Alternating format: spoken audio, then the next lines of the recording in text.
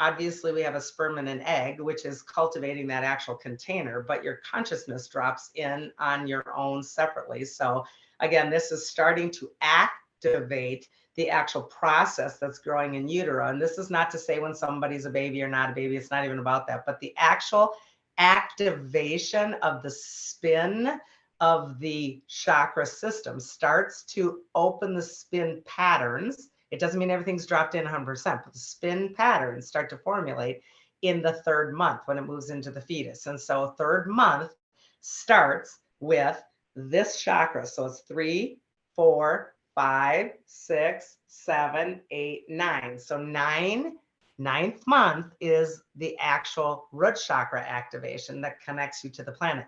This is why it's important for us to have full-term babies, because those that don't have full-term babies, those babies will struggle all through their life with issues depending on how unactivated those chakras are, if you're following. So most preemies will have really a lot of difficulties. If they're just a small amount of preemie, they'll have a lot of difficulties with materialism, money, feeling safe. And if they're super, super early, it will go into relationships and actual sexuality and things like that. So the less activated you get, the more you struggle. Now, that said, you can do all of this restructuring from energy work. I mean, it's not like you're broken, forever, but that is a thing about being preemie. So they activate and open during utero. And then as we move through our entire so-called life on planet as a human, they're in flux all the time. They're garnering energy, they're giving off, they're taking it in, they're getting dis-ease, they're spinning too fast, they're spinning too slow. It's affecting my aura. And so it's a process. And so we're always in flux carrying dis-eased energy.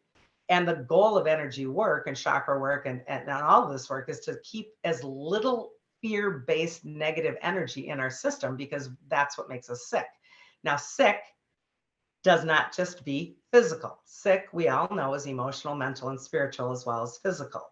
But oftentimes those other three categories will roll into a physical situation.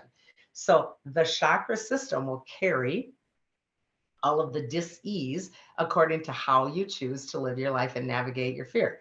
And so when we are in the death process, and this is a methodical conversation, meaning if I'm dying methodically, like if I'm dying in a nursing home or a hospice situation, I usually will shut down the exact reverse of how I came in.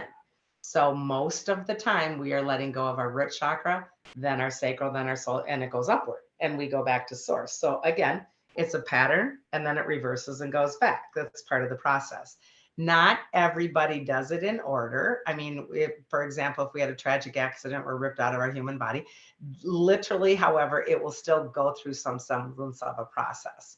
If we do not clear fully one of those chakra centers and or auric fields that's holding that consciousness, if there is still too much density attached to that because of whatever reason, eventually, obviously, the human body will die, the heart will give out, the body will give out, but the frequency will still be held in the actual plane of existence here. And this is what we call a ghost or a land spirit or someone that is earthbound, because the resonance and the frequency of the chakra is still holding the consciousness at a density level that can't go completely back to source. So, and again, these can all be cleared and sent back to source easily by a worker. So, I mean, this is kind of the difference, because a lot of people are confused of what a ghost actually is. It's a consciousness frequency that's still too heavy, even though the human form is gone.